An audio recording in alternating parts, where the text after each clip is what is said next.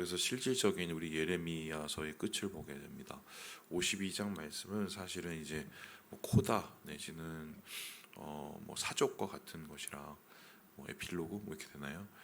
실제적인 예언의 본문은 이제 51장이 마지막이게 된 것입니다. 그런데 오늘 이 51장은 이제 마지막까지 충실하게 이제 바벨론에 대한 멸망의 이야기를 하고 있지요. 근데 이 멸망, 어떤 멸망을 얘기하고 있습니까? 마지막으로 이런 얘기를 하고 있는데요. 우리 함께 54절의 말씀을 같이 한번 읽어보도록 하겠습니다. 시작. 바벨론으로부터 부르짖는 소리가 들리도다. 갈대아 사람의 땅에 큰 파멸의 소리가 들리도다. 소리가 들린다라고 얘기합니다. 근데 특이한 것은 이 예언을 하고 있는 예레미야는 바벨론에 있지를 않습니다. 바벨론으로부터 1000몇백 메타, 1500km 떨어진 곳에 있는데 뭐 이 소리가 들리겠습니까? 거기서 소리를 외친들 뭐 반응도 할 수 없는 정도의 수준이겠죠. 그럼에도 불구하고 이 소리가 들린다는 것은 그 영적인 귀를 열어서 그 하나님께서 듣게 하시는 그 음성 혹은 그 소리를 듣게 되는 것인데, 그것은 바로 하나님의 심판의 소리죠. 바벨론에게 이 심판이 임하여서 그들에게 멸망시키는 자, 즉 고레스라는 이 메데와 페르시아의 군대가 당도하게 되고, 그렇게 되었었을 때 그 성이 짓밟히고 그 왕들이 무너지게 되는 하나님의 멸망의 소리, 심판의 소리가 들리겠다라는 의미입니다. 근데 이 심판과 멸망은 우리가 앞에서 계속 보였듯이 56절에 이렇게 얘기를 하고 있는데요. 여호와는 보복의 하나님이시니 반드시 보응하시리로다. 그러니까 이런 건데요. 바벨론은 여기저기를 다 다니면서 뭐 가나안부터 시작을 해서 주변에 있는 모든 민족들을 말 그대로 깨트리고 그들을 부서뜨리고 다니는 이제 망치였죠, 망치. 그 망치를 내리칠 때마다, 칼을 내리칠 때마다 얼마나 많은 사람들이 그 망치에 무너지고 또 칼에 베어서 소리를 치고 부르짖고 또 비명을 질렀겠습니까? 그러한 비명들이 이제는 바벨론이 지르는 소리가 되게 한다. 하나님께서 한 대로 갚아주시는, 자업자득이자 동시에 하나님께서 보응하시는 하나님의 모습을 그대로 보여주는 것입니다. 그래서 오늘 이 바벨론의 모습은 사실 이 세상에 있는 모든 하나님을 대적하는 나라, 대적하는 사람들의 상징이라고 할 수가 있는데, 경쟁하는 세상이죠. 여러분, 자본주의가 좋은 게 아닙니다. 다시 한번 말씀드리지만 공산주의나 사회주의보다 그냥 좀 나은 거지 자본주의가 좋은 게 아니에요. 왜냐하면 자본주의의 기본적인 생각은 이 자유시장 체제거든요. 그 자유시장 체제라는 것은 뭐냐면은 이런 건데, 시장에서 자유롭게 물건을 팔게 하게 하자는 겁니다. 거기까지는 좋아요. 그런데 그렇게 시장에서 물건을 팔 때 어떤 사람은 파 한 단을 가지고 1,000원에 팔고 어떤 사람은 파 한 단을 가지고 500원에 팔 수가 있습니다. 그 이유가 뭐냐면은 그냥 소매로 갖다가 파는 사람들은 1,000원에 팔 수밖에 없고, 그리고 대형으로 혹은 자기가 직접 파를 재배해서 갖고 오면 500원에 팔 수가 있는 겁니다. 자, 그러면 시장에서 500원에 파 한 단, 1,000원에 파 한 단 했었을 때 사람이 뭘 삽니까? 1,000원짜리 사나요? 아유, 이분이 힘들게 사네. 아유, 가서 1,000원짜리 파 한 단 사줘야지. 이러나요, 우리가? 500원 사줍니다. 그죠? 그러면은 파 한 단에 1,000원짜리 파시는 분은 어떻게 됩니까? 장사 접어야 됩니다. 그리고 어떻게 돼요? 500원짜리 파는 그 가게에 가서 점원을 해야 됩니다. 이게 자본주의예요. 그래서 자본주의는 자본이 많을수록 유리해요. 대자본이 들어갈수록, 큰 자본이 들어갈수록 그게 유리해지고 나중엔 시장을 석권하게 됩니다. 그리고 나머지 사람들은 다 거기서 그냥 점원 노릇을 하는 거예요. 이게 자본주의의 끝이고 지금 뭐 대기업인이 보는 것이 우린 건데, 그나마 이게 저 공산주의 때려잡고 다 죽이고 우리끼리 잘해보자는 저 공산주의보다 나으니까 우리가 지금 이 자본주의 체제를 하는 거지. 자본주의의 기본적인 것은 경쟁이에요. 근데 경쟁은 어떤 경쟁입니까? 공정하다고 얘기하지만 사실은 힘 있는 사람이 이기는 경쟁이기 때문에 결국 이 자본주의 체제에서 이기는 사람들은 자기가 잘한 것처럼 느껴지지만 사실은 많은 힘이 부족하고 능력이 조금 부족한 사람들을 딛고 일어서는 거죠. 그런데 바벨론이 딱 바로 그겁니다. 힘이 센 거예요. 그러니까 이스라엘도 약하고 심지어는 그렇게 엄청난 이집트도 무너뜨리고 그래서 이제 고대 근동의 패자가 되는 거 아닙니까? 아마 이제 바벨론은 그렇게 생각하지 않았겠어요? 이거 다 내가 능력 있으니까 힘 있으니까 다 내가 다 한 거야. 내가 이긴 거야. 니네가 내 칼에 쓰러지고 넘어지든 뭐 그건 니네가 힘이 없어서 그런 거야. 이게 강자의 논리거든요. 근데 중요한 것은 그 강자의 논리 속에 긍휼이 없고 사랑이 없고 약자에 대한 배려가 없으면 그것은 하나님이 그냥 보시고 가만히 안 놔둬요. 나중엔 이 바벨론처럼 하나님께서는 무너뜨리게 만드시는 거죠. 유럽의 절대 왕권도 다 무너졌고 한국의 조선의 그 뭐 권문세가 혹은 뭐 외척들 다 무너졌습니다. 그 사람들 자기 세상 영원할까라고 생각을 했는데 결국 왜 무너졌습니까? 물론 여러 가지 이유가 있겠죠. 뭐 시대의 흐름을 잘 보지 못했다던가 아니면은 너무 무자비한 정책을 펼쳤다던가. 하지만 결국 이 신앙적인 시각, 성경적인 시각에서 보면 이 바벨론의 길을 간 거죠. 자기가 최고이고 자기가 전부인 것양 많은 사람들의 희생 그것을 너무 당연하게 여기고 그리고 그것을 너무 당연하게 요구했던 그 교만 그것이 결국 하나님의 칼 앞에 무너지는 이것이 하나님께서 보시는 바벨론의 멸망의 모습이었다. 이렇게 성경은 이야기하고 있습니다. 그런데 중요한 것은 여기서 끝난 게 아니라 이 모든 바벨론에 대한 예언을 마친 다음에 이것을 두루마리에 씁니다. 그리고는 무엇을 하느냐? 지금 스라야라는 사람에게 이렇게 얘기를 하는데요.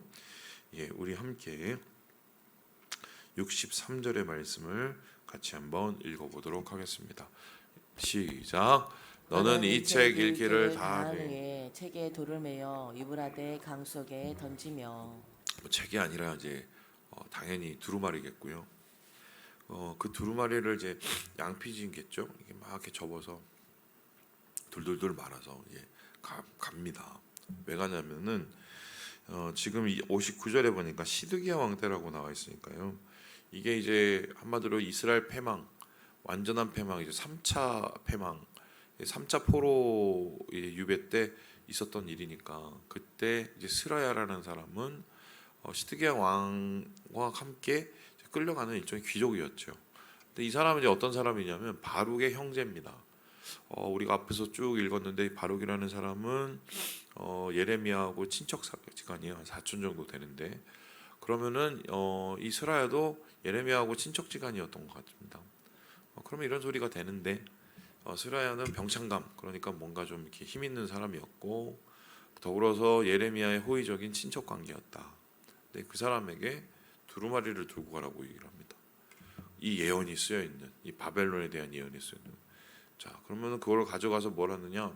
가서 도착하거든 그 강가에서 바벨론 강가에서 그걸 열어서 읽으래요. 바벨론은 어떻게 되겠고 어떻게 되겠고 어떻게 되겠고 그걸 읽으랍니다. 그리고 나서 어떻게 합니까? 한마디로 그것을 그 다음에 두루마리를 다시 말아서 거기다 묵직한 돌을 달으래요. 그리고 묵직한 돌을 가지고 그걸 어떻게 합니까? 강물에다가 던지랍니다. 이게 예언의 마지막이에요. 그러니까 하나님의 말씀과 예언이 선포된 다음에 거기에 대해서 이제 퍼포먼스를 하는 거죠. 지금으로 따지면은. 자, 그러면 질문합니다. 왜 책을 다 읽은 다음에 그냥 잘 보관해 놓으라든가 땅에 묻어라든가 아니면은 뭐 차라리 많이 태우라든가 이런 걸 하지 굳이 바벨론 강에 유브라테 강에 거기에 이거를 던지라고 한 이유가 뭘까요? 돌을 매달아서 이유가 뭘까요? 이게 이제 오늘의 숙제입니다. 그래서 제가 어제 이제 이 말씀을 준비하면서 이 책 저 책을 다 찾아왔는데 학자들에 따라서 여러 가지 이제 문학적 상상을 하면서 이 이야기를 풀어내더라고요. 근데 이제 저는 이제 보면서 몇 가지 조금 이제 힌트가 왔습니다. 첫 번째는 말씀이 이제 가라앉는 거잖아요. 그런데 강물은 흘러가잖아요. 우리가 보통 세월이 뭐와 같다고 했습니까? 강물처럼 흐른다고 생각을 하죠. 근데 시간이라고 할 수 있어요. 시간은 흐르지만 하나님의 말씀은 그 시간의 흐름에 따라서 변하거나 떠내려가지 않고 어떻게 해요? 거기에 남아 있는 거죠. 그러면 이런 얘기가 되는데 하나님 말씀의 위중함. 그러니까 이 말씀은 시간이 지나더라도 절대로 변치 않고 변개되지 않는다. 이 말씀은 반드시 이루어진다. 바로 이 땅 위에서 이 말씀이 이루어지기 때문에 이 말씀을 기억해라. 뭐 이런 소리가 되겠죠. 그러니까 지금 바벨론이 날치고 사람들 앞에 대치고 막 이러고 앉았는데 그게 중요한 게 아니고 하나님의 말씀이 반드시 이루어져서 이 말씀이 선포되는 그때부터 이미 일하시고 역사하시는 하나님의 이 말씀의 역사가 결국은 70년 후에 완성된다라는 말씀의 위중함, 영원함을 가르치기 위해서 이 퍼포먼스를 하고 있다. 이렇게 이제 볼 수가 있습니다. 두 번째로 또 재미있게 이걸 풀어내신 분이 있는데 결론적으로 이걸 뚝 던지지 않습니까? 사람들이 이 두루마리가 돌에 매달려 이렇게 잠기는 걸 보게 되죠. 결국 이 모습은 뭐하고 똑같습니까? 바벨론이 결국 무너지는 것을 의미하다는 거죠. 그래서 이 적혀 있는 바벨론 다 망한다, 죽는다, 복수다, 뭐 이렇게 얘기한 하나님의 말씀이 선포되고 나서 이 말씀이 가라앉는 것처럼 바벨론도 언젠가는 자기의 이 운명이 다했을 때 하나님의 때가 되었을 때 결국 이 세상 속에서 사라지고 마는 무너지고 마는 이것을 이제 상징적으로 보여주기 위해서 하나님께서 이러한 퍼포먼스를 하셨다. 이렇게 이제 풀어내시는 분도 있었습니다. 근데 저는 이제 개인적으로 마음에 드는 거는 이거였습니다. 뭐냐면 여러분 지금 바벨론에 대한 뭐 멸망을 다 얘기하고 있습니다. 그죠? 그러면 거기 가서 이걸 읽습니다. 자, 이거를 읽을 때 이거를 듣는 사람이 누굴까요? 이거를 지금 바벨론 말로 썼습니까? 아니면은 유다 사람이 듣는 말로 썼습니까? 유다 사람이 듣는 거예요. 그러니까 아주 쉽게 설명을 해드릴게요. 지금 중국에서 지금 난립니다. 뭐가 난리냐? 교회를 이 정부에서 아주 그냥 핍박을 하고 무너뜨리고 막. 제가 또 지난주에 또 소식을 들었는데 제가 사역했던 또 그 길림성 또 연길 그 주변에 또 대대적인 핍박이 시작이 돼서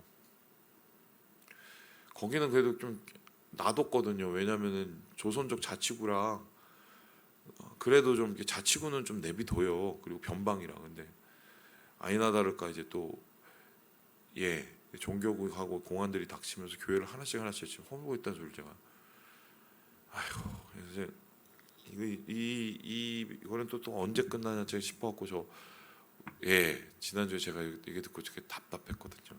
근데 제가 어느 날 하나님께서 말씀하시는 그 음성을 들었다고 한번 쳐봅시다. 그리고 나서 중국 이러면은 끝장난다. 중국 정부 이러면은 망한다. 하나님께서 때가 되면 교회를 무너뜨리는 완고한 저거를 가만히 놔두시지 않는다. 이런 거를 이렇게 다 썼다고 한번 생각해 봅시다. 그래서 책 한 권을 만들어서 그 책 한 권을 갖고 가서 중국에 있는 그 지역에 가서 쫙 읽었어요. 자, 중국에 있는 그 정부 수장이 이거를 들을 수가 있어요, 없어요? 어떻죠? 한국말로 하니까 그죠? 한국말 알아듣는 사람이 하는 겁니다. 그리고 뭔가 내가 목사라니까 교회에 관심 있는 사람이 와서 듣는 겁니다. 그러면 이 바벨론에서 외치는 스라야의 소리는 결국은 바벨론 왕한테 하는 소리가 아닙니다. 누구한테 하는 소리예요? 유대 백성들한테 하는 소리예요. 그러니까 지금 거기서 여호와 하나님을 그나마 좀 믿을 만한 유대 백성들한테 하는 소리입니다. 그리고 그 사람들 앞에서 두루마리 던지고 가라앉고 그거 다 보여주는 겁니다. 그러면은 이 사람들 중에 분명히 그것을 굉장히 의미 있게 받아들여서 그 말씀, 스라엘을 통했던 말씀, 그 퍼포먼스, 두루마리가 가라앉는 그 퍼포먼스를 보면서 분명히 자기의 기억에 아주 깊이 새겼을 가능성이 있습니다. 그러면 그 깊이 새겼을 그 말씀이 언제 발휘가 됩니까? 당장 끌려갔는데 어려움 당하고 괴로움 당하고 또 여러 가지 부당한 일을 막 당하고 노예니까요. 그렇게 되었었을 때 어떻게 해요? 야, 이거 언제 끝나냐? 이거 뭐 언제 이거 뭐 이제 뭐 내 인생은 뭐 무너졌다. 막 그렇게 생각할 수밖에 없을 때 그때 머릿속에 그 장면이 있는 거죠. 그 말씀이 있는 거죠. 뭐 맞아. 바벨론은 망해. 하나님이 복수해 줘. 결국 이 퍼포먼스는 바벨론에서 신앙을 가지고 살아가야 될 그 유대 신앙인들, 그 사람들에게 힘이 되는 말씀이죠. 그 말씀을 기억하고 그 말씀을 붙잡고 그 어려운 시기를 이겨내라고 하나님께서 주시는 바로 그런 하나님의 배려입니다. 그렇다면 이 이야기를 오늘로 우리에게 옮겨보면 뭐 이렇습니다. 얼마 전에 제가 이제 어떤 한 분을 만났는데 이제 그분이 이렇게 살아오면서 겪었던 어려운 얘기를 이렇게 쭉 해주셨어요. 어렸을 때부터 부모님이 일찍 막 돌아가시고, 또 뭐 이 할머니 손에 막 키워서 이렇게 자라나시고, 또 뭐 교회를 다니시고 그랬는데 세상 속에서 배신당하고, 교회가 목사님이 막 이상한 행동들을 해서 또 교회가 빠개지고, 또 자기가 또 굉장히 어려운 시기에 도움을 요청했던 사람들로부터 정말 말도 안 되는 이 몸서리치는 대우를 받고 막 이런 얘기를 막 하더라고요. 제가 아마 그렇게 대우 받았으면 저도 정신 못 차렸었을 것 같아요. 그런데 그나마 그것을 이기고 그나마 그것을 버틸 수 있었던 이유가 뭐겠습니까? 결국 우리는 바벨론 같은 세상, 심지어 요즘 교회도 바벨론 같아지죠. 점점 끝이 있다는 거예요. 하나님이 내비두지는 않는다는 겁니다.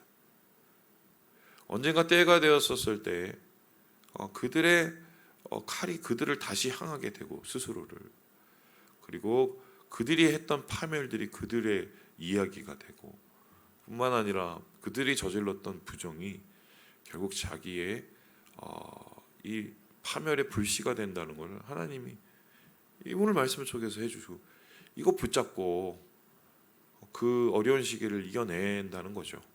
우리는 지금 바벨론의 세상에 살고 있으니까요.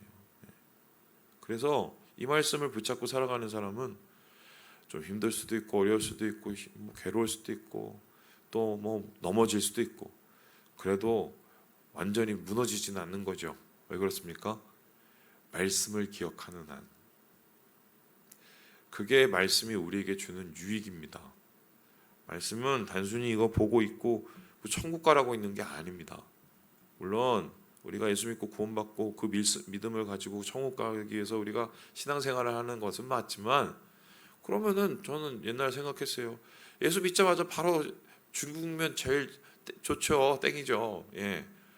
제 오늘 뭐 당장 죽고 천국 가면 좋죠. 못하러 이 세상을 삽니까? 안 그래요? 제가 어렸을 때도 이런 생각 진짜 많이 했는데, 그런데 우리가 이 세상에 살아가고 남아가는 이유가 뭡니까? 바벨 같은 세상 속에서 말씀 붙잡고 말씀으로 이기고 승리해서 하나님의 사람으로 서기 위해서, 나를 통해서 누군가를 또 세우기 위해서 우리가 오늘 이 하루를 또 열심히 살아가는 거 아니겠어요? 그래서 오늘 이 예레미야의 마지막 장면은 바로 하나님께서 이 세상 속에서 정말 순수한 신앙을 지켜고 몸부림치는 그런 교인들, 그런 크리스천들을 위한 하나님의 위로다. 저는 이렇게 얘기를 하고 이제 마무리를 하고 싶어요. 말씀을 마칩니다. 우리 사랑하는 여러분, 주님의 말씀이 힘입니다. 오늘을 버틸 수 있는 힘이에요. 기억하시고 이 세월의 강물에 무너지지 마시고 말씀을 붙잡고 오늘도 승리하시는 우리 모든 형제 자매들 되시길 주님의 이름으로 축원합니다.